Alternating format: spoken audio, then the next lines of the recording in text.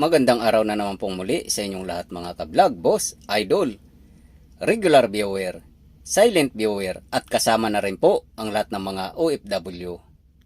Ang gagawin ko naman po ngayon ay magpapalit po ako ng switch ng differential lock. So yung differential po ay sa mga dump truck ay kapag kailangan po nating dagdagan yung differential na kumakapit sa mga madudulas na lugar, pwede po nating gawing lahat pagaganahin. Kung gusto naman natin na i-freewheeling yung isa at isa lang ang maglalak, so pwede rin po sa pamamagitan po ng mga switches na to. Itong switch po na to at ito. Yan. So mayroon pong isang switch dito na nakalagay. So kailangan ko pong palitan to. Ayaw na pong matanggal sa pagkalak. So kailangan po siyang palitan dahil anytime po na kailangan gamitin yung differential na kailangan i-lock or i-unlock ay dapat magagamit po yung switch na to. So ito lang po ang magpapa-unlock at saka lock ng differential. Itong dalawa po na to. Yan. So itong isa po ay gumagana siya. Yan. So dapat pag diniin po natin to, may free natin na i-move tong mga switch na to. Yan. Yan, kapag binitawan naman natin ay dapat maglalak siya. So iniiwasan po natin na magkaroon po ng problema yung differential na bigla na lang natin may switch on to. So kailangan po pwede natin na malak or unlock tong switch na to. Yan. So kapag nakalock na po yan, hindi na po magagalaw to kasi delikado po na kusang mag-engage yung differential na tumatakbo. So delikado po yan. Kaya dapat po nakalock po yung switch na to at saka ito. Itong dalawa na to. So itong isa po ay hindi po siya gumagana kaya kailangan pong palitan to. Ayan no, kahit na anong ko ay hindi na nababago yung posisyon. Ayan. So ito po yung ginagamit na switch once na madulas po yung karsada or nabalaho po. So kailangan pong ilalak po yung differential para malakas po ang pwersa niya. Ito po siya para matanggal siya sa balaho or sa putikan. Kaso nga po ay sira po siya kaya kailangan po siyang palitan. At ito naman po ay para sa power take off switch. Gusto natin iangat yung dump box para i-unload yung karga. So ito naman po yung switch na to. So tatanggalin ko po to dahil ito po yung may sira. At ililipat ko po itong isa na to. Yan. Kasi spare ko po itong itong mga switches na to. Galing po to sa isang sasakyan na hindi na po ginagamit. So pwede po magamit to.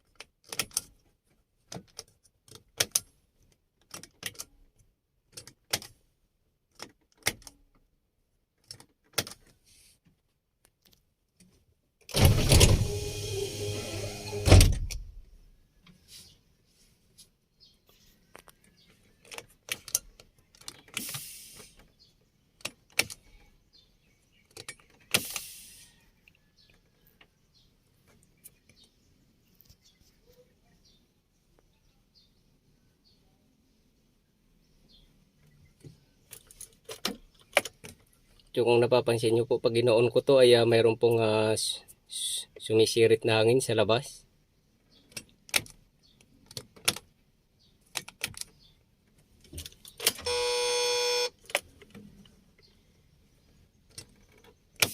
Ayun po.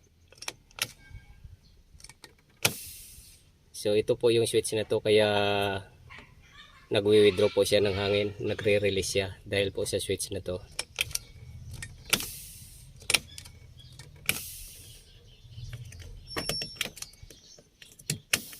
Ayan, ganon din po to.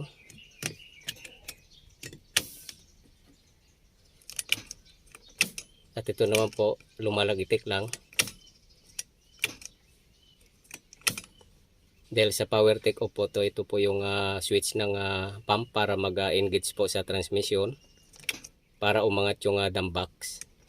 Ito po siya. Ayan.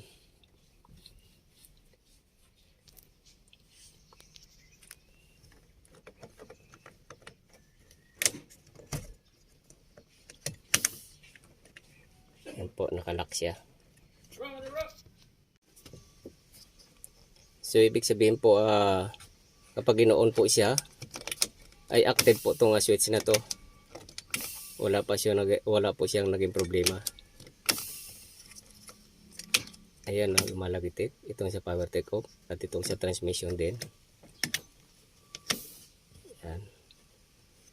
So hanggang dito na lang po muna ang video kong ito. Please like, subscribe na lang po and hit notification bell para sa susunod na mga video. God bless all po.